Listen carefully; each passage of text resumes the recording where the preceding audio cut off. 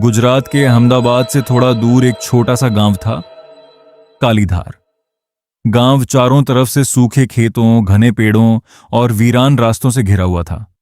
दिन में यह गांव बिल्कुल सामान्य लगता था, लेकिन जैसे ही शाम ढलती, पूरा माहौल बदल जाता था। गांव के बाहर एक पुरानी हवेली थी, जिसे लोग काली विला के नाम से जानते थे। उस हवेली के बारे में गांव में कई डरावनी कहानियां मशहूर थीं।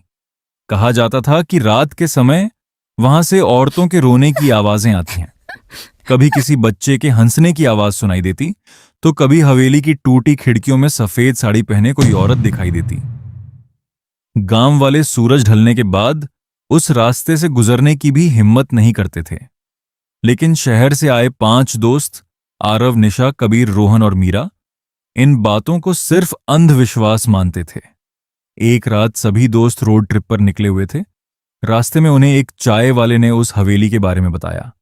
चाय वाले ने डरते हुए कहा, बेटा, उस जगह से दूर रहना, वहां जो भी रात बिताता है वो वापस नहीं आता। रोहन हंस पड़ा, अंकल, ये सब फिल्मों में अच्छा लगता है। तभी कबीर ने मजाक में कहा, चलो फिर आज रात वहीं रुकते हैं, देखते हैं कितना भूतिया है ये विला। सभी ने इसे एक चैलेंज बना लिया। रात लगभग 11 बजे उनकी कार कच्चे रास्तों से होती हुई काली विला के सामने पहुंची। हवेली को देखते ही सब कुछ अजीब लगने लगा। चारों तरफ घना अंधेरा था। हवेली की दीवारों पर काले निशान थे, खिड़कियां टूटी हुई थीं और लोहे का बड़ा गेट हवा में अपने आप चरमराकर हिल रहा था।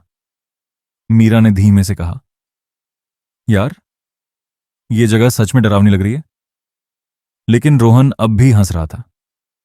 डर मत, सुबह तक सबका भूतों पर से भरोसा उठ जाएगा। सभी टॉर्च लेकर अंदर चले गए। अंदर धूल जमी हुई थी। दीवारों पर पुराने चित्र लगे थे। ऐसा लग रहा था जैसे कई सालों से वहां कोई आया ही ना हो। अचानक ऊपर से किसी चीज के गिरने की जोरदार आवाज आई। निशा डर कर रुक गई।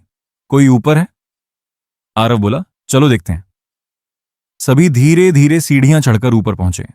ऊपर एक बड़ा हॉल था। बीच में एक पुराना पियानो रखा था, जिस पर धूल जमी हुई थी। कमरे में सफेद कपड़ों से ढका पुराना फर्नीचर पड़ा था। तभी अचानक पियानो अपने आप बजने लगा। सबके चेहरे का रंग उड़ गया। मीरा कांपती आवाज में बोली, ये किसने बजाया? आरव ने टॉर्च पियानो पर डाली। वहां कोई नहीं था। अचानक कबीर की नजर दीवार पर लगी एक पुरानी तस्वीर पर गई। तस्वीर में एक परिवार खड़ा था, मां, पिता और एक छोटी लड़की। लेकिन उस लड़की का चेहरा बिल्कुल निशा जैसा था। निशा की सांसें तेज हो गईं। ये कैसे हो सकता है? तभी जोर से दरवाजा बंद हो गया और पूरे हॉल में किसी औरत की डरावनी हंसी गूंजने लगी। मीरा चीख पड़ी। आरव ने दरवाजा खोलने की कोशिश की, लेकिन दरवाजा जैसे पत्थर बन चुका था।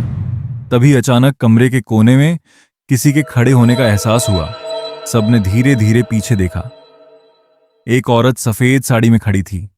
उसके लंबे बाल चेहरे पर थे, उसके पैर उल्टे थे और उसका शरीर आधा जला हुआ था। वो धीरे धीरे उनकी तरफ बढ़ने लगी। कबीर डर के मारे मंत्र पढ़ने लगा। रोहन का चेहरा पहली बार डर से सफेद पड़ गया। लेकिन निशा बस उस औरत को घूर रही थी, जैसे उसे पहचानती हो। अचानक उस औरत ने अपना चेहरा ऊपर उठाया। उसकी आंखें पूरी काली थीं। उसने धीमी और टूटी हुई आवाज में कहा, तुम वापस आ गई? इतना सुनते ही निशा के सिर में तेज दर्द शुरू हो गया। उसकी आंखों के सामने अजीब दृश्य आने लगे। आग, चीखें, जलता हुआ कमरा और वहीं हवेली। निशा अचानक जोर से चीखी। नहीं, उसे सब याद आने लगा। 20 साल पहले इसी हवेली में एक अमीर व्यापारी अपने परिवार के साथ रहता था। एक रात हवेली में भयानक आग लगी थी। पूरा परिवार जलकर मर गया था, लेकिन उनकी छोटी बेटी की लाश कभी नहीं मिली। वो बेटी निशा थी। उसकी आत्मा इस हवेली से कभी आजाद ही नहीं हुई थी। तभी अचानक हवेली की सारी लाइट्स जलने बुझने लगीं। निशा की आंखें सफेद हो गईं। वो धीरे धीरे हवा में उठने लगी। मीरा डर कर रोने लगी। आरव, कुछ करो!